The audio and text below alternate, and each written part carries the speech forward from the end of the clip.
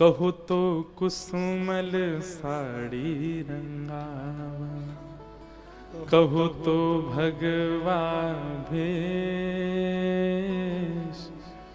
कहो तो मोतियन मांग भरावा, कहूँ छिटकावा केश बाला, मैं बैरागन हूँगी, मैं बैरागन हो बाला,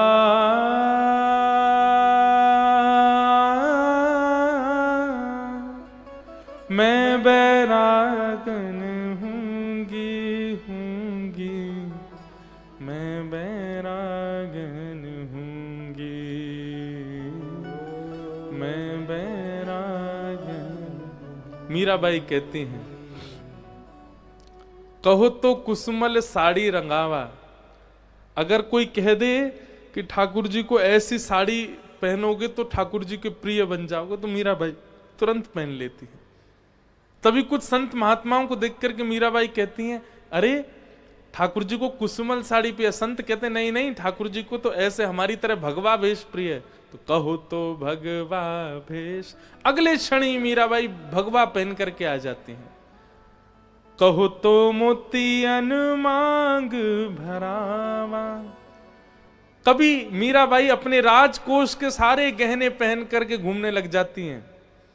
और कहो छिटकावा केश, कभी कभी तो अपने केश मुड़ाने की स्थिति में आ जाती हैं। क्यों?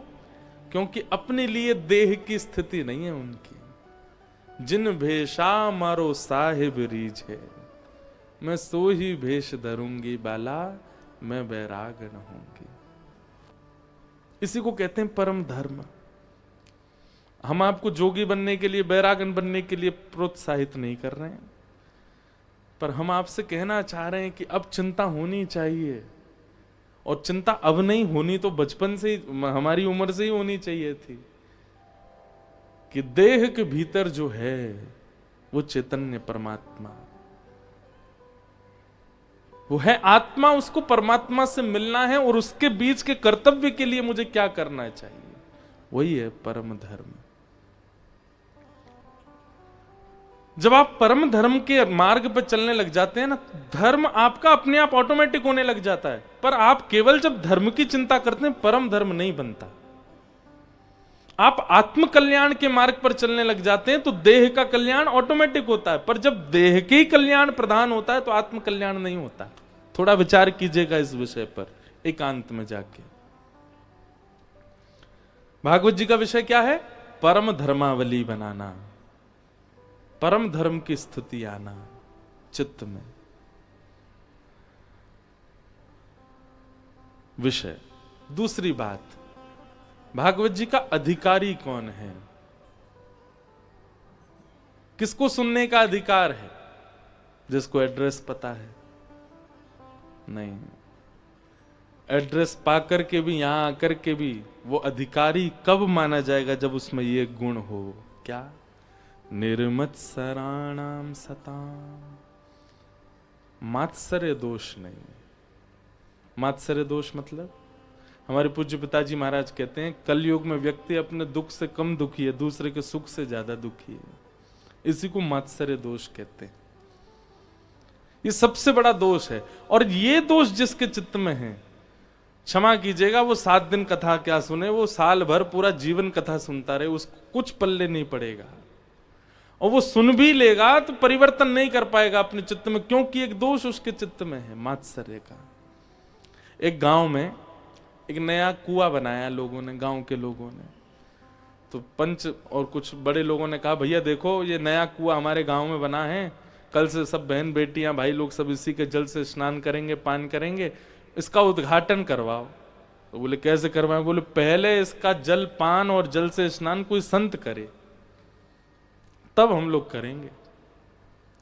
तो गांव के लोग गए, पास के गांव में एक संत थे, उनके पास गए, बोले महाराज जी आप चलो, हमारे यहाँ एक कुआं बना है, उसमें स्नान कर लीजिए, जलपान कर लीजिए।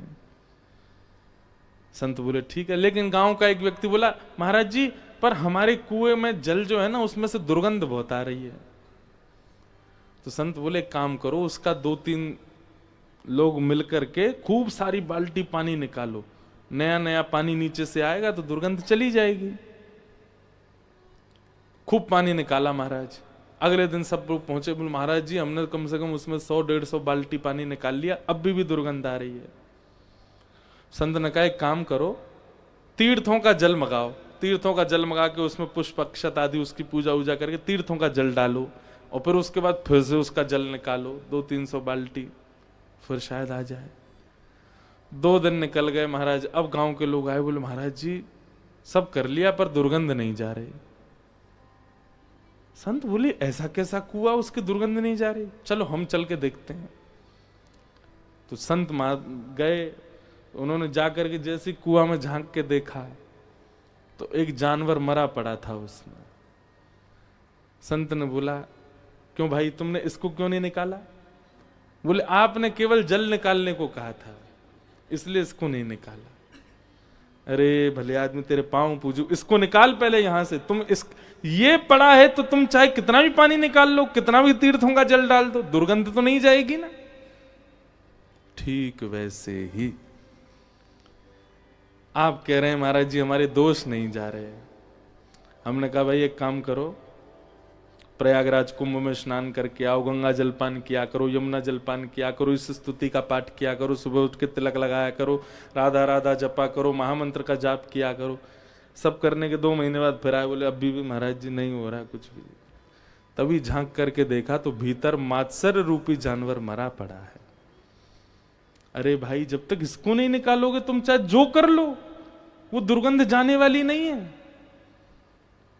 और क्षमा कीजिएगा आज की डेट में 95% लोग मात्सर्य दोष से ग्रसित हैं। वो अपने दुख से दुखी है ही नहीं। कई बार उनके सिर में दर्द हो रहा होता है लेकिन बगल वाले की अगर कुछ बढ़िया हो गए होते, उसको थोड़ा मुनाफा हो जाए तो सिर की जगह पेट छाती सब जगह दर्द होने लग जाता है। ऐसा क्यों हो गया? और कई बार ऐसा होता है कि किसी के सिर में दर्द हो रहा है और जिससे वो ईर्ष्या करता है उसके हाथ पांव में दर्द हो जाता है तो उसका सिर का दर्द ठीक हो जाए। बहुत बढ़िया, अच्छा है, दुखी लग रहा है। ये मात्सर्य दोष है। और जिसके अंदर ये मात्सर्य दोष है वो कथा का अधिकारी नहीं है। वो कथा में बैठ करके भी परिवर्तन नहीं कर पाएगा कुछ। केवल कथा की बात नहीं, आध्यात्म से जुड़ी किसी भी प्रक्रिया में वो सहभागिता यदि व्यक्त करेगा उसको कोई लाभ नहीं मिलने वाला, क्योंकि उसके चित्त में मात्सर्य दोष है। इसलिए सबसे पहले हम आपसे एक निवेदन करें, मैं वैसे हर कथा में कहता हूं कि अपने दोषों की लिस्ट बनाया करो। आजकल सोशल मीडिया का टाइम है, सोशल मीडिया पर भी लोग बाग अपना जो नाम, पहले उनका फोटो होगा, फिर उनका नाम होगा, फिर नीचे उनकी सारे क्वालिफिकेशंस भी लिखे होते हैं। ये पढ़ाई है, ये हॉबी है, ये अच्छा है, सारी अच्छाइयां ही प्रदर्शित कर रखी हैं हमने सब जगह। किसी लड़का लड़की का भी बायोडाटा इधर उधर जाता है, उसमें भी सारे गुण ही गुण लिखे होते हैं। इतनी क्वालिफिकेशन है, इतना ये बनाना जानती हैं, ये खाना जानती हैं, ये करना जानती हैं।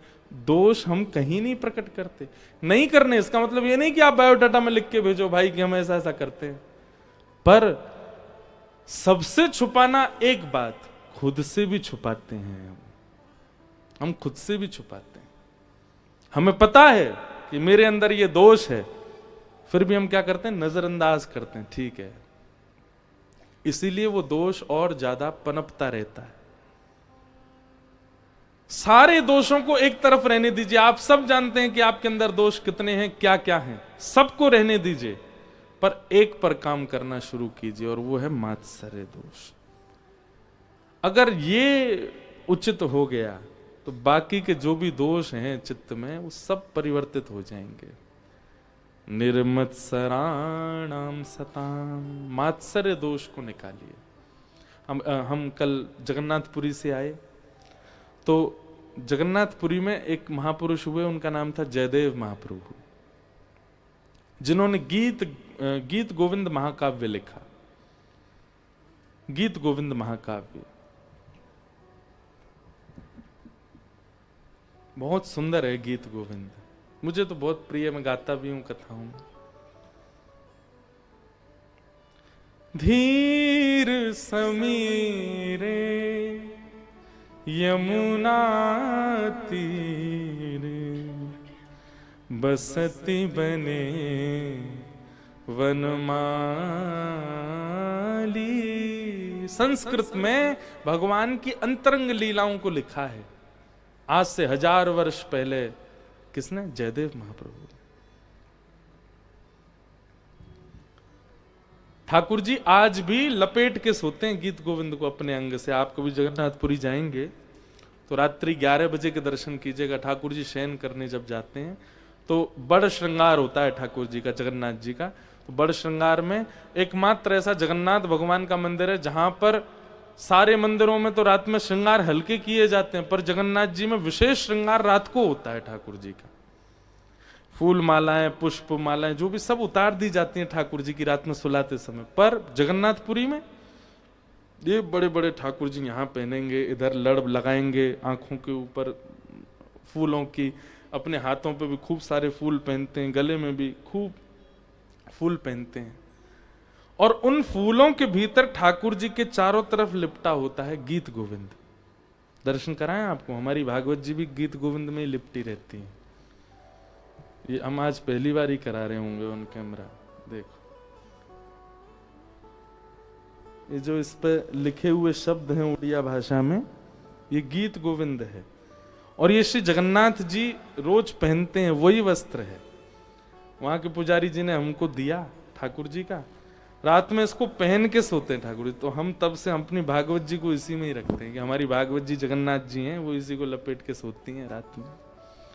तो गीत गोविंद इतना प्रिय है ठाकुर जी को। गीत गोविंद महाकाव्य की जब बहुत ख्याति होने लगी सर्वस्व जगत में, तो एक ईर्ष्यालु व्यक्ति ने एक और महाकाव्य लिखा, उसका नाम भी गीत गोविंद कर दिया। तो लोग बाग उसको खरीदने लगे, लोग बाग उसकी प्रशंसा भी करने लगे। उसके मन में यह भावना थी कि मेरे गीत गोविंद का भी प्रचार हो जाए जैसे जयदेव महाप्रभु के का हो रहा है, और बल्कि ऐसी भावना आ गई थी इनका कमो मेरा ज्यादा हो जाए। तो स्वयं श्री जगन्नाथ जी पहुंच गए उसके स्वप्न में, और स्वप्न में जाकर के कहा अपने तुमने जो लिखा है इसको अभी विसर्जित करके आओ समुद्र में। गीत गोविंद एक ही रहेगा क्योंकि जयदेव महाप्रभु ने पहले लिखा है, और उनकी भावना से तुम्हारी भावना मेरी प्राप्ति, मेरी प्रसन्नता नहीं है, उनको नीचा दिखाने की है, उनसे ज्यादा श्रेष्ठ बनने की है। तुरंत वो व्यक्ति गए, अपना गीत गोविंद विसर्जित करके आए समुद्र में। ठाकुर जी को सोचिए मात्सर्य दोष से कितनी पीड़ा होती है। दोष तो अनेक होते हैं लोगों में, काम है, क्रोध है, लोभ है। कभी किसी को ठाकुर जी स्वयं समझाने गए हों किसी दोष के कारण? नहीं। पर ईर्ष्या का दोष यदि किसी भक्त के प्रति हो जाता है, ठाकुर जी को प्रिय नहीं। इसलिए मात्सर्य दोष से बचिए। और अगर ये मात्सर्य दोष आपके चित्त में है, किसी की प्रसन्नता, किसी की सफलता आपको सहन नहीं होती है, थोड़ा सत्संग बढ़ाइए अपना, क्योंकि बाकी के दोष नजरअंदाज किए जा सकते हैं, इस दोष को ठाकुर जी नजरअंदाज नहीं करेंगे। मैं कथा में कहता हूं कामियों को भी ठाकुर जी मिले हैं, क्रोधियों को भी मिले हैं, लोभियों को भी मिले, पर ईर्ष्यालु को नहीं मिले। एक भक्त का चरित्र ला करके आप हमें दिखा दीजिए जहां ईर्ष्यावान कोई था और ठाकुर जी उसको मिले, नहीं मिलते। इसलिए मात्सर्य दोष, इससे बचिए।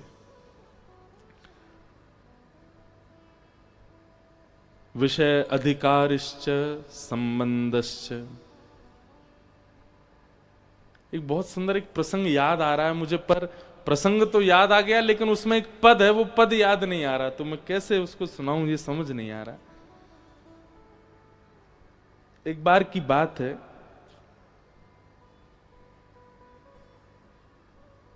हमारे वृंदावन में अष्ट सखा हैं। ठाकुर जी के कलयुग में 8 सखा हुए।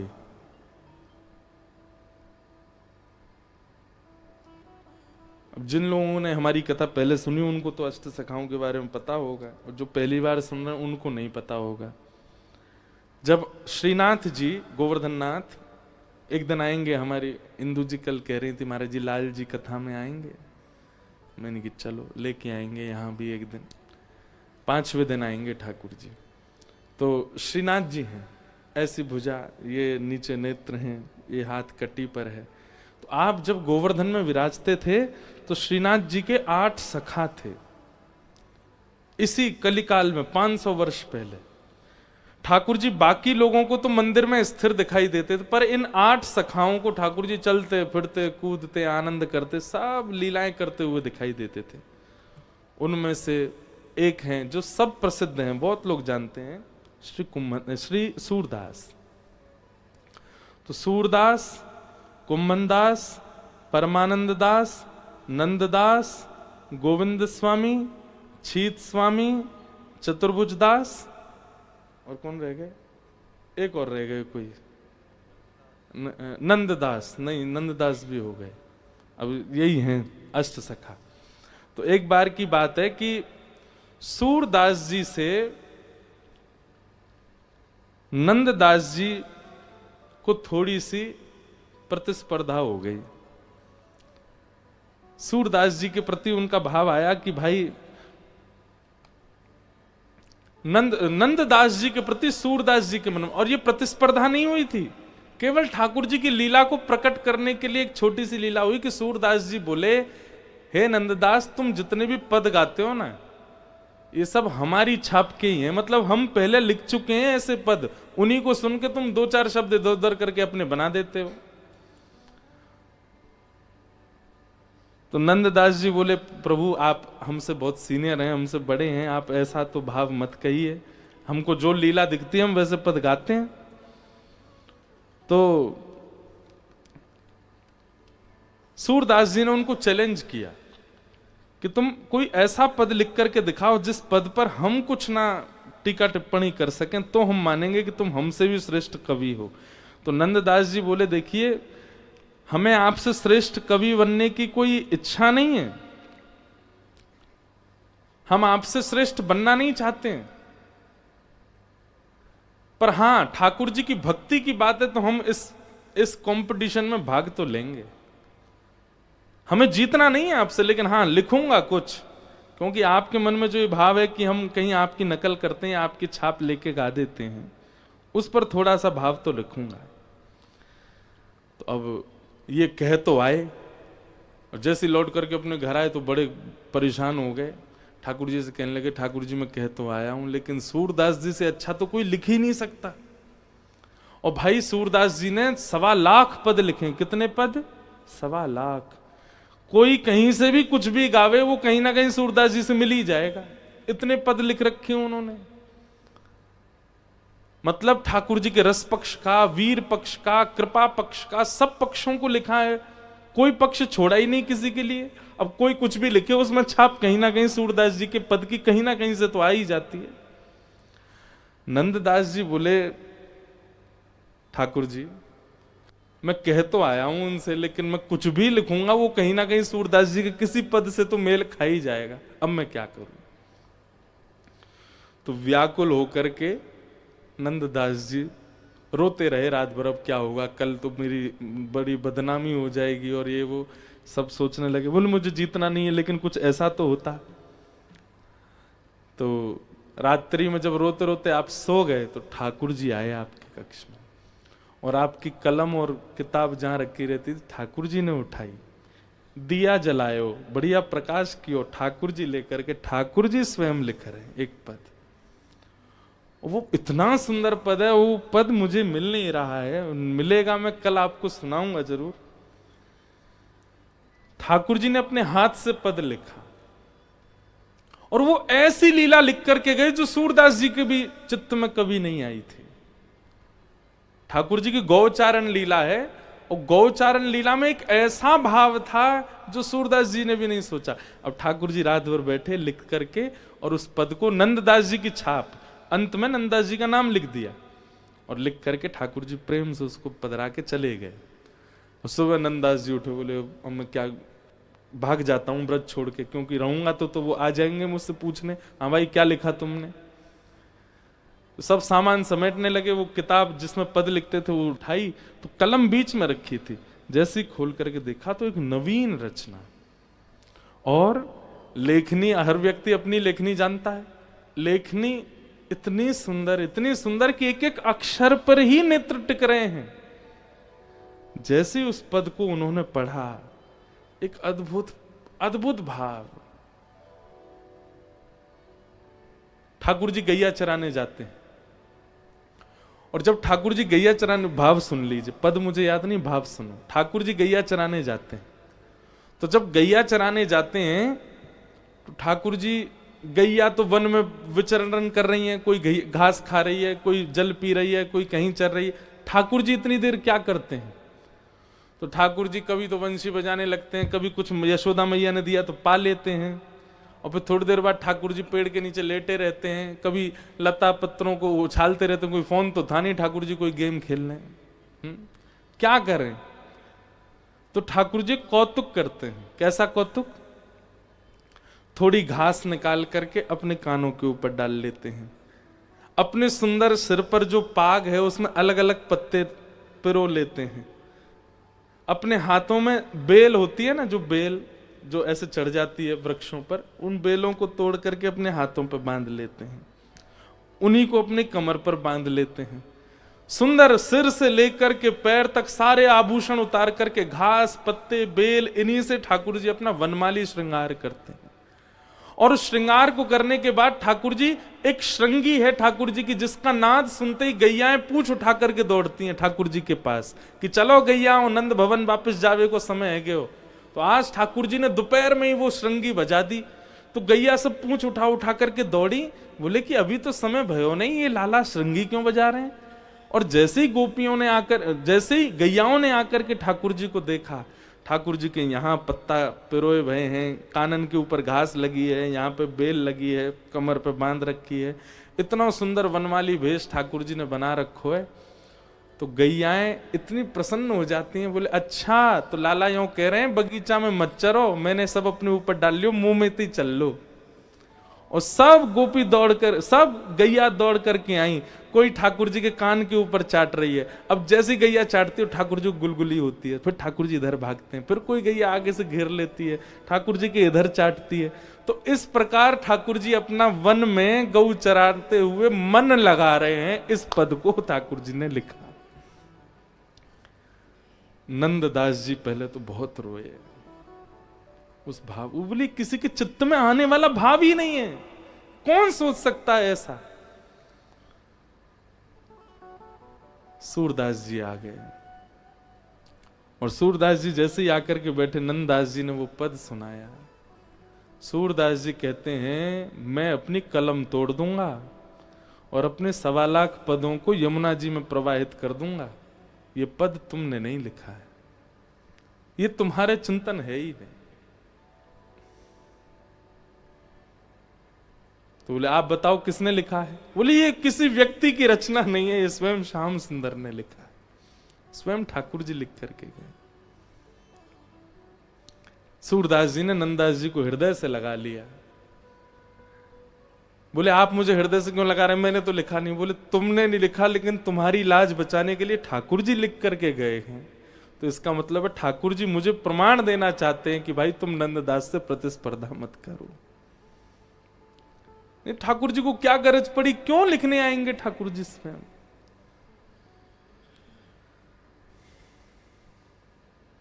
अद्भुत। तो मात्सर्य दोष, इससे बचने का प्रयास कीजिए, ठाकुर जी को यह प्रिय नहीं है।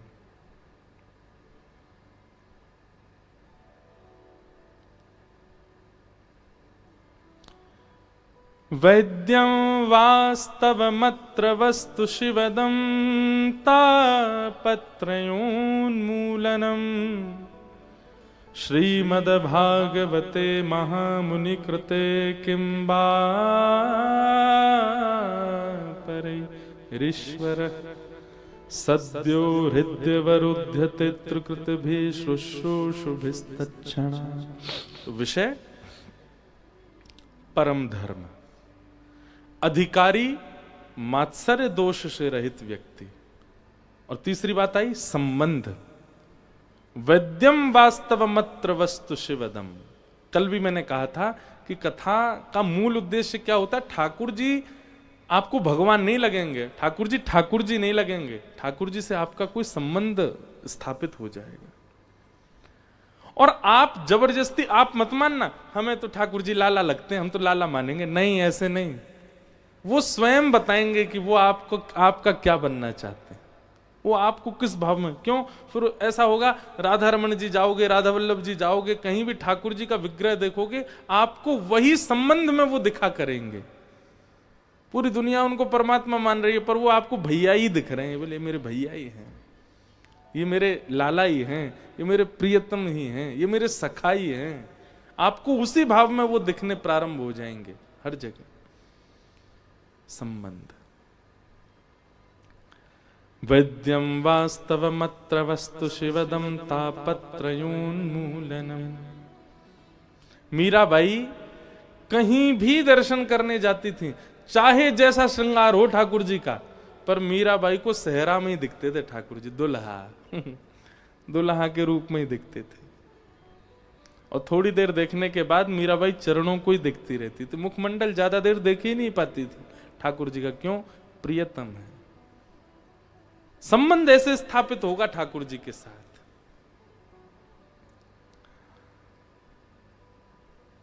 वैद्यम वास्तवमत्र वस्तु शिवदम तापत्रयोन्मूलनम।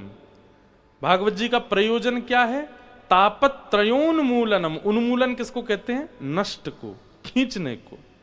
तीन प्रकार के ताप हैं, आदि दैविक, आदि भौतिक, आध्यात्मिक। इन्हीं तीन तापों का बहुत विस्तार है। तीनों प्रकारों के तापों को जो हमारे चित्त से उन्मूलन कर देते हैं, नष्ट कर देते हैं, श्रीमद्भागवते महामुनि कृते किंबा परैरीश्वरः सद्यो हृदयवरुध्यते त्रिकृतभिः शुश्रूषुभिस्तच्छणा। तो विषय, अधिकारी, संबंध और प्रयोजन, ये चार बातें स्पष्ट हो। भागवत जी का द्वितीय श्लोक। अब आता तृतीय श्लोक। निगम कल्पतरोर्गलितं फलम् सुखमुखादमृतद्रवसंयुतं पिबत भागवतं रसमालयम् मुहुर्हो रसिका भुवि भावुका।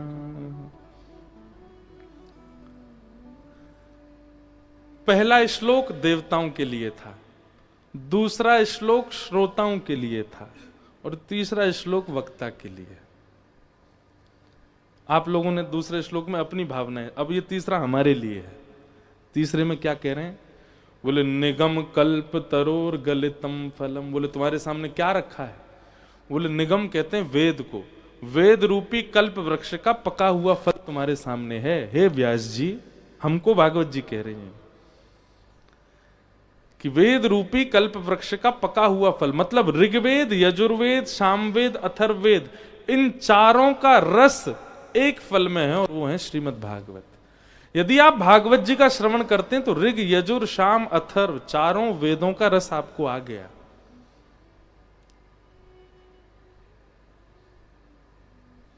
तो हे व्यास जी, तुम्हारे सामने ऋग, यजुर, साम, अथर्व, चारों वेद रूपी वृक्ष का फल रखा है। तो बोले इनको क्या करो, बोले सुख मुखाद अमृत द्रव्य संयुतम। भागवत जी के बगल में आप देखेंगे कौन बैठे हैं, सुखदेव जी, एक तोता के रूप में बैठे हैं, दिखाई दे रहे हैं इधर वालों को, सुखदेव जी। ये भागवत के मूल वक्ता हैं। अब मूल वक्ता तोता है तो फिर हम काय को बैठे हैं। अब यहां पर क्या कहा जा रहा है कि जो तोता का गुण होता है वैसा गुण वक्ता का होना चाहिए। वक्ता, तोता का गुण क्या होता है, वो जिस फल में मुख लगाता है वो मीठा हो जाता है।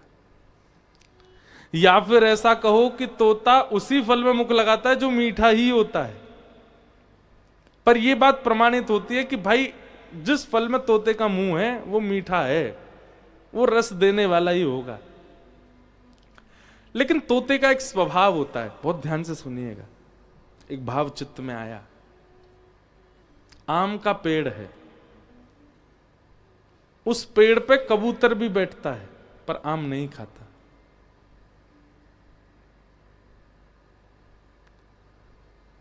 उस पेड़ पर चील भी बैठती है पर आम नहीं खाती। उस पेड़ पर बहुत सारे पक्षी बैठते हैं पर आम नहीं खाते। लेकिन उसी वृक्ष पर तोता बैठ जाए तो तोता बाहर मुख नहीं करेगा, भीतर की तरफ जाएगा, घने उस वन वृक्ष के भीतर जाएगा, अपनी दृष्टि से अच्छे वाले आम को ढूंढेगा और उस अच्छे वाले आम के पास जाकर के अपनी चोंच लगाएगा और उसके रस को पिएगा। कहने का अभिप्राय, ये व्यासपीठ एक वृक्ष है, यहां कबूतर बन के मत बैठो। कबूतर का स्वभाव क्या होता है, वो सदैव दूसरे कबूतर या कबूतरनी जो होती हैं उनको ही ढूंढता रहता है। मतलब वक्ता इस व्यासपीठ पर बैठ करके बहुत फॉलोअर्स की कामना ना रखे, बहुत शिष्य बन जाएं मेरे, बहुत मेरे अनुयायी हो जाएं, बहुत मेरे श्रोता हो जाएं, ऐसी कामना ना रखे, जैसा एक कबूतर करता है। आम के वृक्ष पर एक चील भी बैठती है पर आम नहीं खाती। चील क्या करती है, मांस ढूंढती है, आम के वृक्ष का सहारा लेती है पर पेट की तपन बुझाने के लिए मांस ढूंढती है। मतलब वक्ता इस व्यासपीठ का सहारा ना ले अपने उदर भरण के लिए या अपने परिवार पोषण के लिए। ठीक है, एक दक्षिणा तो नियमित रूप से दी जाती है वक्ता को, पर वह दक्षिणा निश्चित या फिर वह ना हो तो मैं कथा ना कहूं, ऐसी भावना नहीं होनी चाहिए। चील बन के ना बैठे, कबूतर बन के ना बैठे, तो क्या बन के बैठे, बोले तोता बन के बैठे। बाकी की चीजों को नजरअंदाज कर दे, दक्षिणा को नजरअंदाज करे, लोगों को नजरअंदाज करे, सामने रखे हुए फल को देखे और तोते के भांति मुख लगावे, उसके रस को स्वयं भी लेवे और स्वयं लेकर के जितने लोग सामने बैठे उनको भी वह रस पिला दे। निगम कल्प तरोर गलितम फलम सुखमुखाद अमृतद्रव संयुतम पिबत भागवतम रसमालयम मुहुरहो रसिका भुवि भावुका।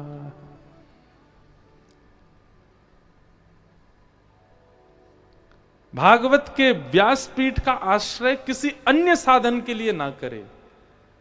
एक जिम्मेवारी रखे वक्ता कि सामने अगर 5 लोग भी बैठे हैं तो इन 5 की जिम्मेवारी मेरी है कि इनको भगवत स्वरूप का दर्शन होना चाहिए, इनके दोष नष्ट होने चाहिए। इस जिम्मेवारी से कथा कहे और वो तभी संभव होगा जब वो सुख बन के बैठेगा। यदि भागवत जी के फल में स्वयं रस नहीं लिया होगा, उसकी जीव को या उसके मन को या उसके भाव को स्वयं रस नहीं मिला होगा, वो दूसरों को नहीं दे पाएगा। वो स्वयं रस युक्त हो पहले, और रस युक्त होने के लिए ही व्यास मंच पर बैठे।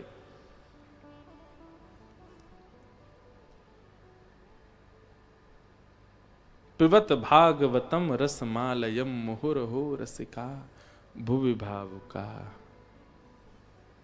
पिबत भागवतम, भागवत सुनो नहीं, भागवत कहो नहीं, भागवत पियो।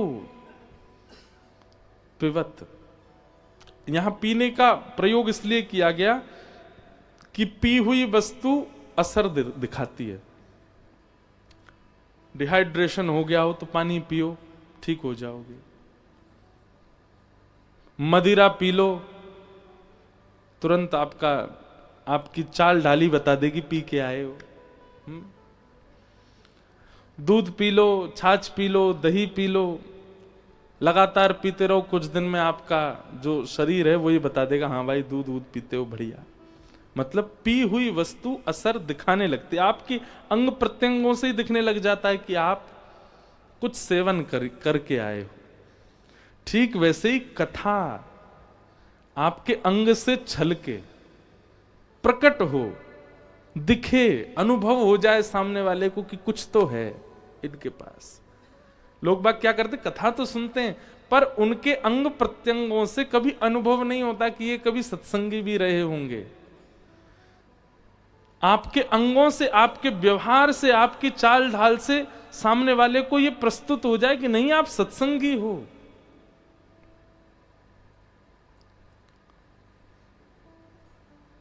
फ्लाइट्स में वेज नॉन वेज दोनों सेक्शन होते हैं। सबसे पूछा जाता है सर वेज और नॉन वेज, पर हम अपनी अपनी बता रहे हैं। हमको आज तक एयर होस्टेस ने पूछा ही नहीं नॉन वेज, वो वेज ही बोलती है। क्यों? वो रूप से हुलिया से ही समझ जाती है। हाँ, विदेशी हवाई जहाजों में तो बात अलग है, वहां तो पूछ ही लेते हैं। वहां तो एक बार एक एयर होस्टेस ने मुझे टिश्यू पे, सर ब्लड आ रहा है आपके। मैंने ब्लड नहीं है, वो तिलक है। तो आपका स्वरूप, हमारे महाराज जी का स्वरूप देखो भाई। जिसने इनके साथ हवाई जहाज में सफर किया वो व्यक्ति सबसे लकी है। महाराज जी कभी ना एयरपोर्ट पे मिलते हैं मेरे को। तो फ्लाइट में एक बार मैं इंदौर से आ रहा था वापस दिल्ली, तो जैसे ही मैं एयरपोर्ट में प्रवेश कर रहा, महाराज जी निकल रहे थे प्रस्थान से। तो मैंने जाके, मैंने महाराज जी कहाँ से आ रहे हैं? बोले बंबई से आ रहा हूँ। मुझसे बोले तुम कहाँ जा रहे हो? मैंने कहा दिल्ली जा रहा हूँ। चलो मैं भी चल रहा हूँ। मैंने कहा आप अभी तो आए हो? बोले कोई नहीं, हमारा तो काम ही है, चलो। मैं टिकट, बोले वो मिल जाएगी। भीतर गए, वहां पे तो उनको सब जानते हैं, सारे एयर होस्टेस, सारे स्टाफ, चाहे दिल्ली एयरपोर्ट हो, मुंबई एयरपोर्ट हो, इंदौर एयरपोर्ट, सब जानते हैं महाराज जी को। लेके खींच के गए, लाइन वाइन कुछ क्यों में खड़े नहीं होना, सीधे बस में बैठे। हवाई जहाज अभी तैयार ही नहीं हुआ पब्लिक के लिए, सीधे जाके बैठ गए भीतर। मैंने कहा वाह भाई, आनंद तो ये है। दुनिया के लोग कहाँ कहाँ संपर्क बनाते हैं। बड़े बड़े बिल्डर, बड़े बड़े राष्ट्र के धनवान लोग, महाराज जी का संपर्क एयरलाइंस में है। और आश्चर्य की बात ये है, no WhatsApp, no Instagram, no Facebook, Android phone ही नहीं है। महाराज जी का फोन कभी देख लोगे तो वो भी एक चमत्कार ही है। रबड़ बैंड से बंधा हुआ है 1100, उसमें वो है, वो बैटरी निकल जाती है पीछे वाली। वो फोन है। अमेरिका जाते हैं, इमिग्रेशन करके बाहर निकलते हैं और फिर दोबारा डिपार्चर से भीतर घुस के दूसरी फ्लाइट पकड़ के ऑस्ट्रेलिया चले जाते हैं। अद्भुत है। एक बार कोई महाराज जी को व्यक्ति मिला वृंदावन में। महाराज जी बोले कहाँ से आए? बोले हांगकांग से आए हैं महाराज जी। मुझे ऐसी खबर पता चली। महाराज बोले हांगकांग में कहाँ रहते हो? अपना पता बताओ, हम कभी आएंगे। अब उसने सोचा संत महात्मा तो ऐसे ही बोल देते हम कभी आएंगे। पता दे गया। महाराज जी 2-4 दिन बाद ही पहुंच गए हांगकांग। उसके घर के बाहर जाके फोन लगाया, हाँ भाई कहाँ हो? बोले आप कहाँ हैं? बोले हम तुम्हारे घर के बाहर खड़े। अब उसने सीसीटीवी उसके फोन में था, उसने देखा महाराज जी वहीं खड़े। वो अभी हांगकांग पहुंचा ही नहीं है। महाराज जी बोले अब महाराज जी आपकी व्यवस्था कर देता हूँ, रुक जाइए। नहीं, अब हम अगली फ्लाइट पर जापान जा रहे हैं। निकल गए।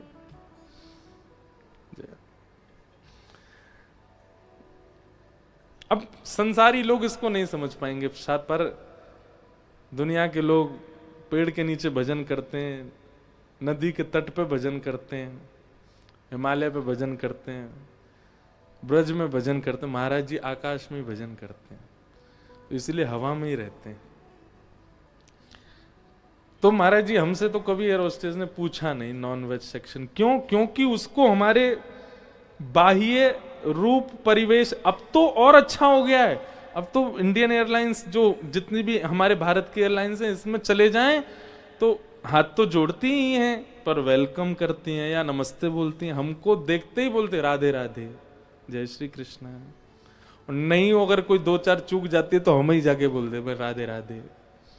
फिर वो एंट्री में तो नहीं बोली, पर जब जाएंगे तो बोलती है राधे राधे। कहने का अभिप्राय, इस परिस्थिति को क्या कहते हैं? कथा को पीना। मतलब आपके चाल ढाल, उठना बैठना, बोली चाली, खान पान, नैनों का घूमना, हर आपके वेशभूषा, सबसे पता चल जाता है कि आप कौन हो। आप एक सत्संगी हो। आप नॉनवेज तो नहीं खाते हो। अरे महाराज, कभी गोलगप्पे होते हैं ना, पानी के गोलगप्पे, इसकी दुकान पे चले जाएं तो रुक जाइए महाराज जी, पहले बर्तन साफ कर दूं, बढ़िया से धोएगा, बढ़िया सब बिल्कुल व्यवस्थित करके फिर नया आलू निकालेगा, उसको मीट के बढ़िया मजा अब खिलाऊंगा आपको। वो वाला नहीं, आपको पवित्र खिलाएंगे। क्यों? बाकी लोगों को देख करके भाई मर्सिडीज BMW से उतरने वालों को भी पवित्र खिला देते, पर उसकी भावना में क्या आया कि नहीं, ये व्यक्ति वो ज्यादा सत्संगी नहीं होगा, लेकिन उसको केवल उपस्थिति मात्र से यह अनुभव हो गया कि ये पवित्र हैं और इनको पवित्र ही देना है। हम ये नहीं कह रहे हैं कि आप भी हमारी तरह रह जाओ, पर हां आपकी किसी स्थिति में तो पता चलना चाहिए कि आप वैष्णव हो। आपका कोई व्यवहार तो ऐसा हो जो आपका परिचय देता हो। आपको एक बात आप सुनिएगा मेरी बहुत ध्यान से, इतने लोगों से आप सब लोग मिलते हैं, कामी व्यक्ति का परिचय हो जाता है, लोभी व्यक्ति का परिचय हो जाता है, ईर्ष्यालु व्यक्ति का परिचय हो जाता है, क्रोधी व्यक्ति का परिचय। 2 मिनट आप उससे बात करो, आपको परिचय हो जाएगा कि इसका कैसा व्यवहार है। लेकिन आप यहां 2 दिन से कथा सुन रहे हो, चलिए जाइए रोड पे, मैं पीछे कैमरा वाले भेजता हूं, कोई आपको पहचान जाए कि आप वैष्णव हो, कथा सुनते हो, आपसे परिचय नहीं हो पाएगा। क्यों? क्योंकि हम सुन रहे हैं, पी नहीं रहे। पिएंगे तो वो दिखने लगेगा, आपकी व्यवहार बोली में वो आने लग जाएगा। लोग बाग आपसे कहने लग जाएंगे कथा का असर हो गया भाई आप पे, अब आपका विचार व्यवहार बदल गया। कितने लोग ऐसे वो जैसे बहुत छोटी छोटी चीजें, आप फोन उठाते क्या बोलते हो? हेलो। लेकिन आप फोन उठाते बोलते हैं कुछ भी भगवान नाम, हरिओम बोलो, जय श्री कृष्ण बोलो, जय श्री राधे बोलो, जय श्री राम बोलो, राम राम बोलो। 2-3 बार सामने वाले को अटपटा लगेगा, क्योंकि आज तक उसको ऐसा नहीं बोला है आपने, पर वो अंदाजा लगा देगा कि यार अभी कथा हुई थी इनके यहाँ पे, तब से जय श्री कृष्ण बोलने लगे। अब वो दूसरी बार जब फोन करेगा ना, तो वो आपसे पहले जय श्री कृष्ण बोलेगा, जय श्री कृष्ण कहाँ है। अब आपका केवल इतना सा व्यवहार आपका परिचय दे रहा है कि आप वैष्णव हो। किसी को बताना ना पड़े और आपका भगवान से संबंध सामने वाला अपने आप पहचान जाए, इसको कहते हैं कथा पीना। पिबत भागवतम रसमालयम, कथा पियो। कोई पिए रे पियाला राम रस का, कोई पिए रे पियाला राम रस का, कोई पिए रे पियाला कृष्ण रस का, कोई पियो रे पियाला कृष्ण रस का, कोई पिए रे पियाला राम रस का, कोई पियो रे पियाला राम रस का। ये प्याला